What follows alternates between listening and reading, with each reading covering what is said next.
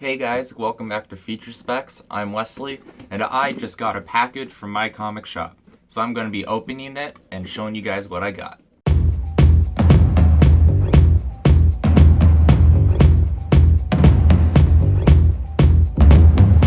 So before we get into it, please leave a like and comment down below and subscribe for a lot more content like this.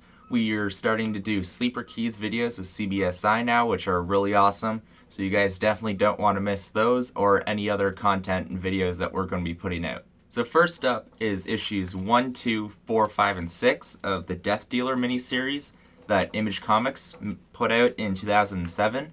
They didn't have issue 3, but I'm hoping I'll either find it later at a shop or at a show somewhere so I can complete this miniseries. So first up is issue 1. And all these issues have the original Frank Frazetta Death Dealer paintings that he did as the covers. So here's issue 2. You can see it's got the foil label there for Death Dealer. Here's issue 4. And I'm really excited to read these to get a story about Death Dealer because the paintings are incredible. It's some of my favorites from Frazetta.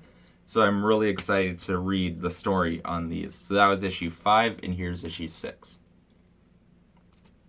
So next up, I have a couple issues of The Boys, which you guys know I'm trying to get that full run. And these are 2 out of the last 3 that I need. So here is issue 52, which this is also the first appearance of the Crimson Countess, who is going to be in season 3 of the show. And the final issue, issue 72. So after having these now, I just need one more issue to complete the 1 through 72 run, and that's issue 39, which is the Batman Year 1 homage, I believe. It looks very similar. So once I can find that issue, I'm going to be super excited to have this run. So next up is another mini-series I'm really looking forward to reading, and that is Thanos, A God Up There Listening, which is about Thane, who is Thanos' son. After he discovers his father is Thanos, he wants to go and learn about the history of Thanos. So that's basically what this series is. So here we have issue 1. These covers are really awesome, so I'm really excited to read this because, you know, Thanos is my guy, my favorite character. Here's issue 3. And issue 4.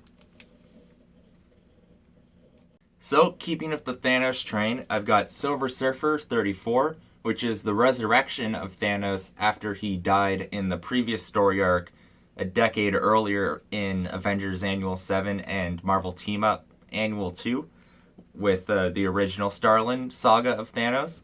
And this is where Starlin comes back to the character and starts his build-up to Infinity Gauntlet.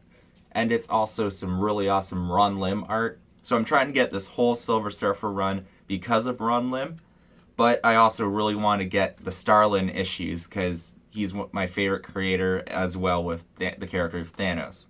And so second last is a book that I was really excited to see. It was an auction win. I had no clue that this book existed or the history of this book until I researched it. So this is Crystar Crystal Warrior, issue 8.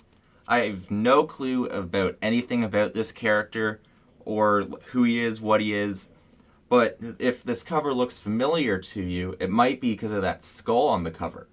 And this book is actually the original place where Glenn Danzig got his classic skull logo, which he used for his bands Sam Hain and Danzig. He got it from this book's cover.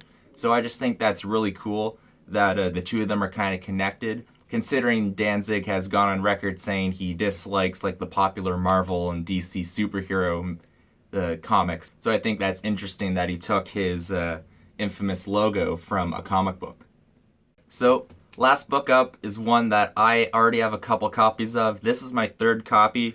It's a book that I love and I think is going to shoot up in a little while. This is Strange Tales 158, the first full appearance of the Living Tribunal. So if you don't know, the Living Tribunal is the most powerful being in the Marvel Universe. He rules over everything, and if there is a problem, like a cosmic level problem, he's the one that goes in and has to solve it. So this character has been teased in the MCU for a while. He was going to show up in Endgame, but he was written out.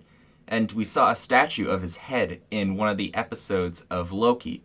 So I have a really good feeling that this character could show up in Doctor Strange and the Multiverse of Madness. And that will cause this book to go up even higher because it's already a pretty pricey book. And it's an awesome Jim Steranko cover with Living Tribunal and Doctor Strange there on the cover. So I'd recommend getting at least a couple copies of this book. So that's my comic shop haul. That's all the books I picked up.